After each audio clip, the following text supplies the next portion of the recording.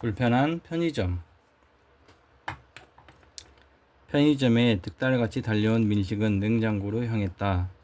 에일 맥주 4캔을 꺼내 들고 카운터로 가니 독건지 하는 야간 알바가 보이지 않았다.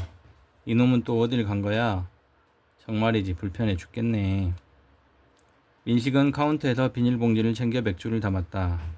그때 컵라면을 얼굴까지 쌓아 올린 채 창고에서 놈이 나왔다. 민식은 짐짓 짜증을 내며 돌아봤다. 기척을 느낀 놈이 컵라면을 창가 테이블에 내려놓고 자신을 향해 다가왔다. 민식은 휴대폰을 꺼냈다. 자신을 사기꾼 보듯 살피며 다가오는 놈을 향해 민식이 휴대폰 속 사진을 들이밀었다. 증명됐지? 됐냐? 5분 전 엄마와 함께 찍은 사진이었다. 적당히 취한 엄마와 민식이 얼굴을 맞댄 채 손가락 하트를 만들고 있는 사진을 놈은 한동안 바라보더니 고개를 주걱거렸다. 회심의 미소를 짓고 나가던 민식이 순간 걸음을 멈추고는 물었다. 이거 오늘 얼마나 나갔지? 오늘 처음이야. 사장님한테 발주 그만 넣으시라 하려고. 무슨 소리? 당신 이거 안 먹어봐서 그래. 사장님이 지금 맛있다고 더 가져오라고 했거든. 장사는 내가 좋아하는 거 파는 게 아니야. 남이 좋아하는 거 파는 거지.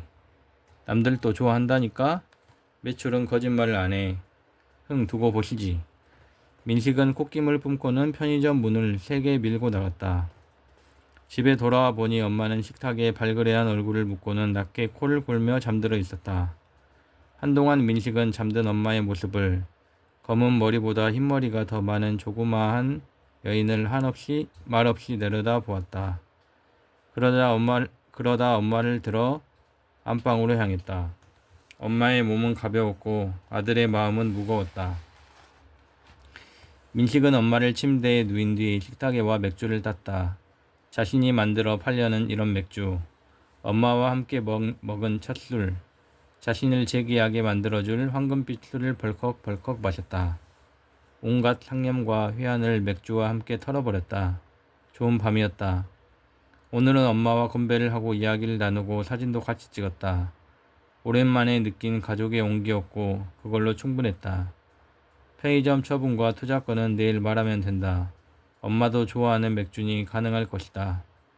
엄마가 걱정하는 오여사나 독건지 하는 놈의 생계는 알아서 하라지. 오여사는 겁을 주면 뒤로 물러설 것이다. 독건지 하는 놈은 정체를 알 수 없으니 조사가 필요하다. 무엇보다 매출은 거짓말을 안 한다며 에일 맥주의 부정적인 놈을 그냥 둘 수는 없다. 발주니 뭐니 쓸데없는 말을 떠들어댔다가는 엄마를 설득하기가 더욱 힘들어질 것이다. 그러니 서둘러야 한다.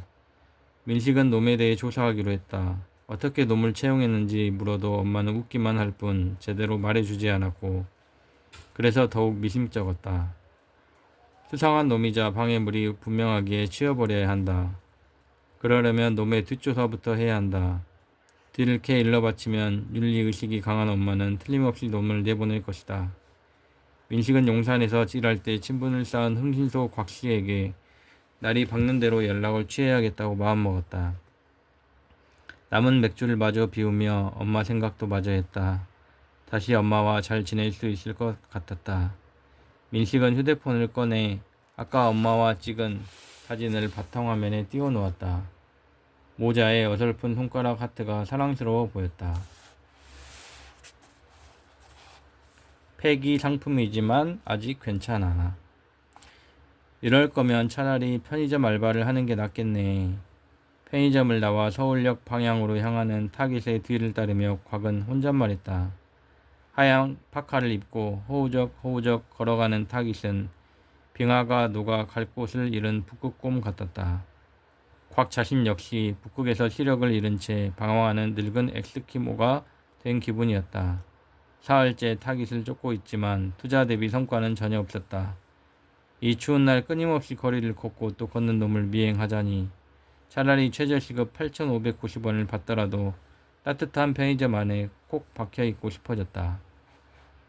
곽은 다시 한번 강의 제안을 받아들인 것을 후회함과 동시에 강의 제안을 받아들인 것을 후회함과 동시에 갑갑함을 느끼며 마스크를 살짝 들었다가 내려놓았다. KF94 등급이라는 이 마스크는 황사 때도 안 쓸 정도로 갑갑했는데 대체 세상이 어찌 되려고 이런 걸 다 쓰고 다니게 하나 당황스러울 따름이었다. 늙은 곽은 한숨을 쉬었으나 그 한숨조차 마스크 안에서 입냄새로 돌아올 뿐이었다. 곽은 의지를 다지듯 목도리를 고쳐매며 강과의 약속을 떠올렸다. 타깃의 정체와 구린 과거를 알아내라. 그 즉시 200을 지급하겠다. 강은 어느 날 굴러들어온 타깃이 모친의 편의점을 파는 것과 자신의 새 사업에 걸림돌이 된다며 서둘러 달라고 했다. 곽은 강에게 착수금 100을 요구했다가 거절당했고 다시 협상을 거쳐 200의 1 할인 20으로 합의를 보았다. 강은 곧장 ATM으로 가 카드 신용대출로 20만원을 뽑아 곽에게 건네며 말했다. 서두르시오. 성질나면 그 새끼 정체고 뭐고 동생들 풀어 확 쫓아낼 수도 있거든요.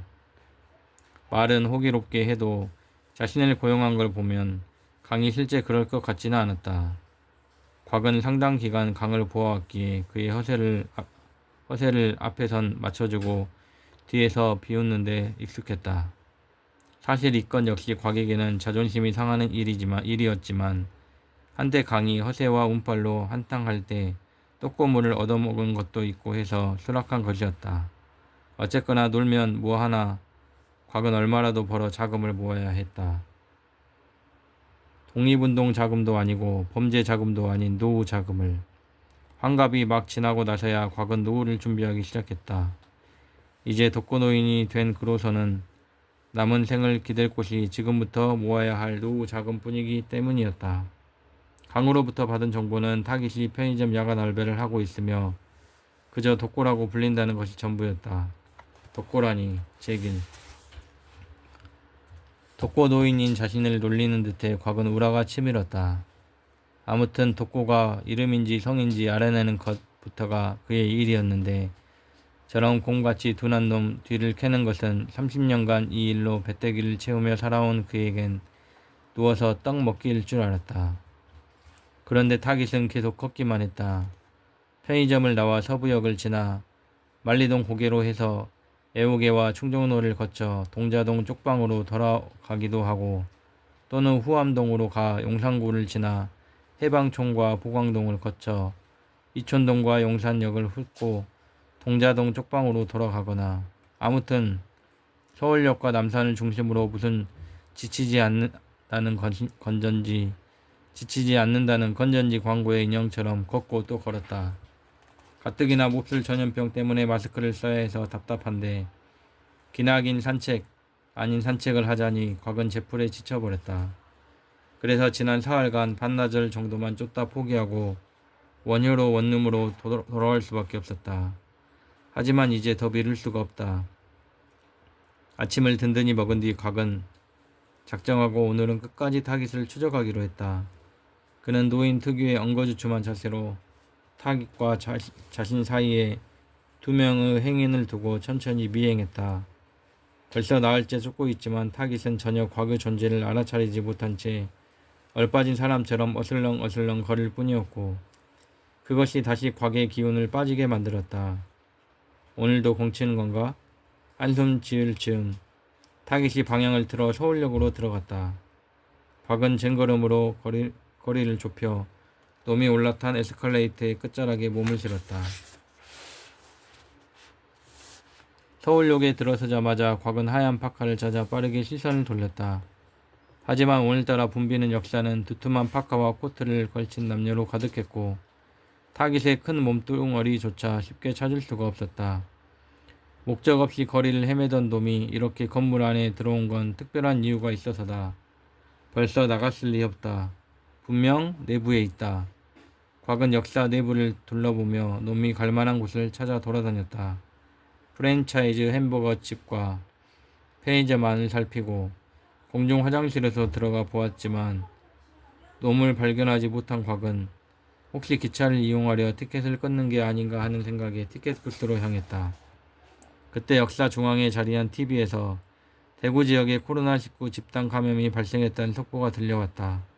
곽은 자기도 모르게 멈춰설 수밖에 없었다. 잠시 기승을 부리다 사라질 줄 알았던 이 전염병이 걷잡을 수 없이 확산되어 마스크 사재기가 벌어지고 있다는 뉴스에 곽은 남은 마스크가 몇 개인지 떠올리며 몸소리를 쳤다. 면역에 약한 당뇨병 환자인 그로서는 노인들과 기저질환자들에게 치명적이라는 신종전염병의 소식이 당장의 임무 못지않게 중요하지 않을 수 없었다. 한창 뉴스에 몰입해 있던 곽은 어느 순간 TV 뒤에 앉아 웅성이는 노숙자들 사이에 하얀 파카를 깔고 앉은 타깃을 발견했다. 옳거니 곽은 자신의 구형폰을 꺼내 전화를 거는 척하며 노숙자들 사이에서 활발히 떠들고 있는 타깃을 촬영했다. 구형폰은 찰칵 소리 없이 조용히 놈을 담았고 놈의 정체를 증명할 증거 중 하나로 강에게 보내질 터였다. 아울러 서울역을 좀처럼 떠나지 않고 주변을 배회하는 것에서 놈이 노숙인 출신이 아닐까 예상했던 자신의 추리가 맞았다는 것에 고무되었다. 곽은 TV 뒤에 모여있는 타깃과 노숙자들을 향해 천천히 발걸음을 옮겼다. 슬쩍 살펴보니 노숙자들은 편의점 도시락을 먹으며 타깃과 함께 이야기를 나누고 있었다. 거지 소굴 같은 광경이었지만 왠지 정감이 가는 모습에 곽은 자기도 모르게 들어갔다. 그때였다. 타깃이 일어나 하얀 파카를 다시 입고 노숙자들에게 손을 흔든 뒤 발걸음을 내딛었다. 서울역 광장 쪽으로 나가려는가 보다. 곽은 서둘러 노숙자들을 향해 몸을 숙이고 다가가 자리에 앉았다. 노숙자들은 다시 도시락에 집중하려다 접근해온 그에게 경계의 눈빛을 내비쳤다. 곽은 과거 형사 시절 취재원들을 갈굴대의 표정과 눈빛을 재현하며 가짜 경찰 공무원증을 내보였다. 떠들지 말고 묻는 말에만 답해. 알겠어? 마스크를 파고드는 그들에게서 풍기는 고약한 냄새를 참으며 곽이 윽박질렀다. 그들은 겁을 먹은 건지 원래 그런 건지 모를 표정으로 곽을 응시하며 손으로는 젓가락질을 해댔다. 방금 저 하얀 파카 입은 사람 누구야? 니들 친구야? 친구 아니야. 첫 번째 노숙자가 말했다. 그럼 누구야? 동료다. 두 번째 노숙자가 말했다. 쟨 지금 노숙자 아니잖아. 과거에 노숙자였다는 거야? 몰라. 그냥 와. 밥 사줬어. 세 번째 노숙자가 말했다. 모르는 사람이라고? 근데 왜 너네 밥 사줘? 나쁜 놈이네. 세 번째 노숙자가 말했다. 뭐라고? 니들 밥 사준 놈 나쁜 놈이라고? 아니, 당신. 두 번째 노숙자가 말했다. 이 자식들이 보자 하니까 야 이 새끼야. 낮게 으르렁거리자 두 번째 노숙자가 움찔했다. 도시락 맛있다. 첫 번째 노숙자가 젓가락으로 밥을 뜨며 말했다. 젠장. 이들과의 대화는 확실히 무리였다. 서둘러야 했다. 곽은 수사가 실패로 돌아간 것을 받아들이고 자리에서 일어났다. 그때 세 번째 노숙자가 입술을 실룩이며 무언가를 땄다. 소주가 아닌 음료수였다. 그러자 첫 번째 노숙자와 두 번째 노숙자도 음료수를 땄다. 눈여겨보니 옥수수 수염차였다. 노숙자 셋이 건배를 하더니 옥수수 수염차를 벽나발 불었다. 뭐지? 기이한 광경을 뒤로하고 곽은 서둘러 타겟을 뒤쫓아갔다. 오늘은 여기까지 읽겠습니다. 좋은 밤 되세요. 6월 16일